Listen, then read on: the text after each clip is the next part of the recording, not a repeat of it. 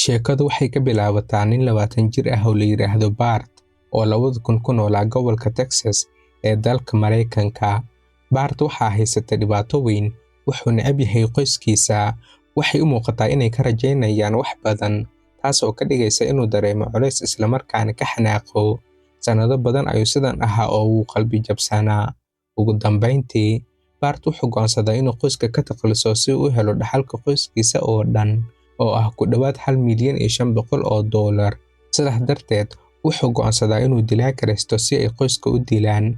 Laakiin dadka kaliya ee uu helo inay shaqadan qaban karaan waa labadiisa saaxiib ee jaamacadda la deganaa.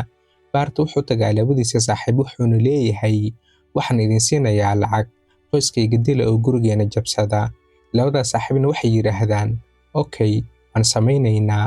Markay guriga yimaadaan, waxay isku dayaan inay ka galaan daaqad dhabarka guriga ku taala, laakiin isla marka ay daaqada taabtaan, alarmigii guriga ayaa yeera.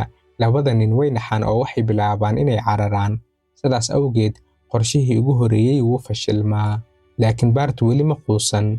Bilo kadib, wuxuu u tagaa saaxiib kale oo cusub, wuxuuna mar kale leeyahay, haddaan ku siiyo lacag, qoyskayga ma dili kartaa. Saaxiibkii cusbaasna wuxuu leeyahay, all right, waa hagaag.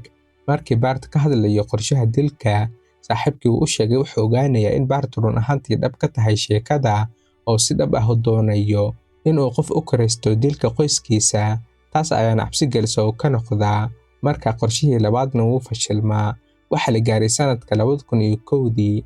Bart weli kama quusan, wuxuu raadinayaa qof kale oo karaysto. Inta uu dadka la hadlayo, gabar jaamacadda la dhiganaysay oo aqoon u lahayd Bart waxay maqashaa wararka ku saabsan qorshaha uu qoyskiisa ku dili rabo. Gabadhan waxay noqotaa qofka kaliya ee damqashada leh ee Bart saaxiibka yihiin. Waxaan u tagtaa booliska oo warka u gudbisaa. Boolisku waxay u sheegaan qoyska Bart in wiilkooda isku dayayo inuu dilo, laakiin qoysku ma rumaysna. Waxay u malaynayaan inay tahay arrin aan macquul ahayn oo aan macno lahayn. Markay Bart weydiiyaan, wuxuu ugu jawaabaa been, maya, waa isfaham daro dhacday oo hadalkayga ay si kale u fahantay ayuu ku jawaabay. Qoyskiina way rumaystaan, waxna 2 sano oo kale ku sii noolaanayaan iyagoo aan wax khatar ah ka shakin. Waxaan gaarnay 2003dii. Bart wuxuu go'aansadaa inuu mar kale isku dayo. Waa isku daygiisii afaraad. Wuxuu markaas la xiriiraa 2 nin oo saaxiibo yihiin, oo isku iskuul ahaayeen, waxna lagu kala magacaabaa Jamben iyo Brasher. Bart wuxuu sheegayaa, haddaan idin siiyo lacag, qoyskayga ma dili kartaan. Jamben iyo Brasher waxay yiraahdaan, okay, waan qaadanay arrintaas. Markaas waxay diyaarinayaan qorshe cusub. Bart wuxuu ka shaqaynayaa inuu qoyskiisa banaanka u soo saaro si ay guriga uga tagaan. Markay qoyska banaanka u baxaan, Jamben iyo Brasher waxay galaan guriga, waxayna isku qasaan alaabta guriga si ay ugu ekaato in la jabsaday ama tuugo guriga gashay. Marka qorshihii afraad la diyaariyay, waxaa la go'aansaday in marka qoyska guriga ay soo laabtaan, Brasher uu qof walba toogto si ay ugu ekaato tuugo guri galay oo markii lagu yimidna dilkaasi geystay. Bart wuxuu qoyska u sheegay sheeko been ah. Wuxuu yiri waan ka qalin jabinayaa jaamacadda, laakiin dhab ahaantii ma qalin jabinayo. Wuxuu ku jiraa xaalad dhibaato dhanka waxbarashada ah, xitaa iskama diiwaangelin semesterka cusub ee jaamacadda.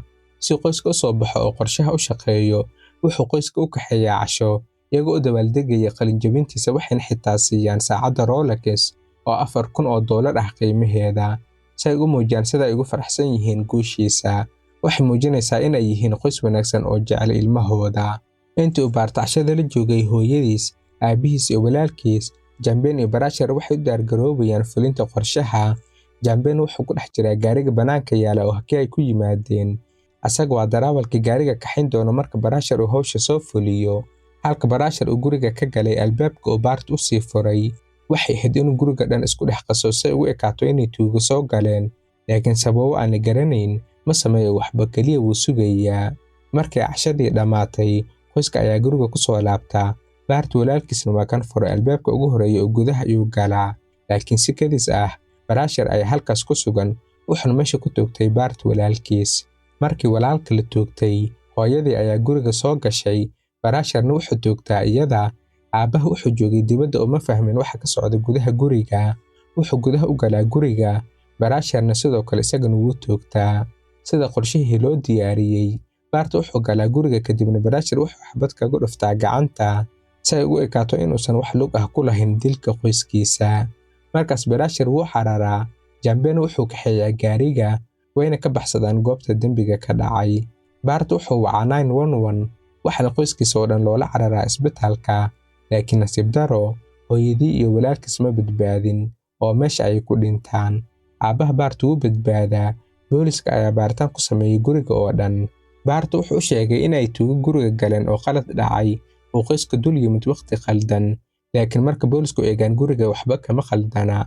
Baraashir waxay ahayd inuu wax burburiyo si ay ugu ekaato inay tuugo gashay, laakiin ma samayn waxba. taasina waxay ka dhigaysaa booliska inay ka shakiyaan sheekada Bart.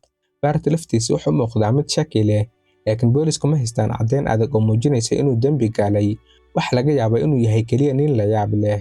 Markaas si dhaqsi ah mid ka mid ah baarayaasha ayaa helaya warbixin qarsoodi ah. Qofka qarsoodiga ah wuxuu rabaa inuu si shakhsi ah ula kulmo baaraha, isagoo sheegayo inuu hayo macluumaad ku saabsan dilka qoyska Bart.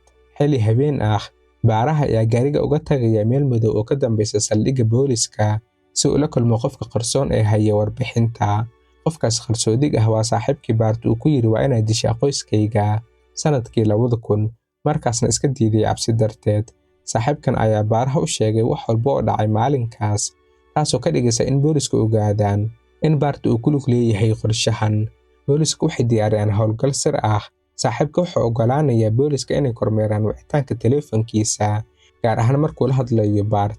Laakiin nasiib daro, saaxiibka ma awoodo inuu Bart ku qanciyo inuu qirto wax kasta.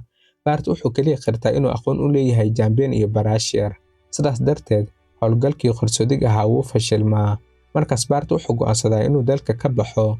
Lama yaqaano inuu shaki geliyay wicitaankii saaxiibkiisa oo booliska dhageysanayeen ama inay cabsi kala haysatay.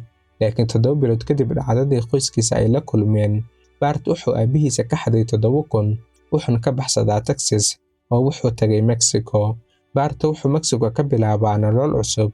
Wuxuu bedelaa magaciisa, wuxuuna la baxay Rudy Rios. Wuxuu kiristaa guri cusub. Wuxuu shaqo ka helaa dukaan lagu iibiyo alaabta guriga. Wuxuu xiriir la yeeshay gabar uu meesha ka bartay. Inta uu Bart Mexico ku noolaa, booliska Texas waxay bilaabaan baaritaanka Jambeen iyo Baraashir. Jambeen ayaa markii biqirtay wax walba. Markii baarayaasha la horkeenay Jambeen, wuu cabsadaa oo qirtaa. Wuxuu sheegay inuu isaga ahaa darawalka gaariga waday. Baraashir wuxuu ahaa kan tugtay qoyska. Wuxuu yiri laakiin Bart laftiisu wuxuu ahaa qofka qorsheeyay wax walba oo sameynay.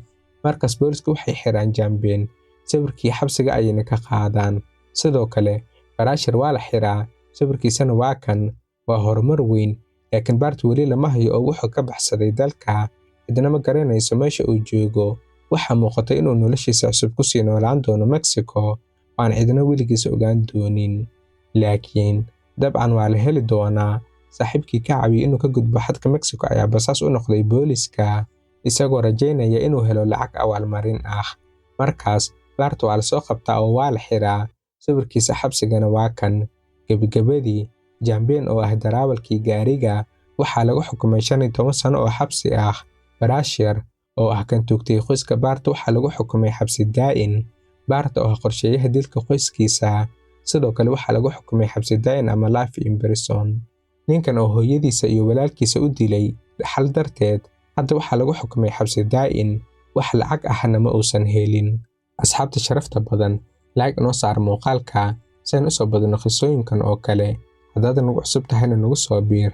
Waad ku mahadsan tahay daawashadaada.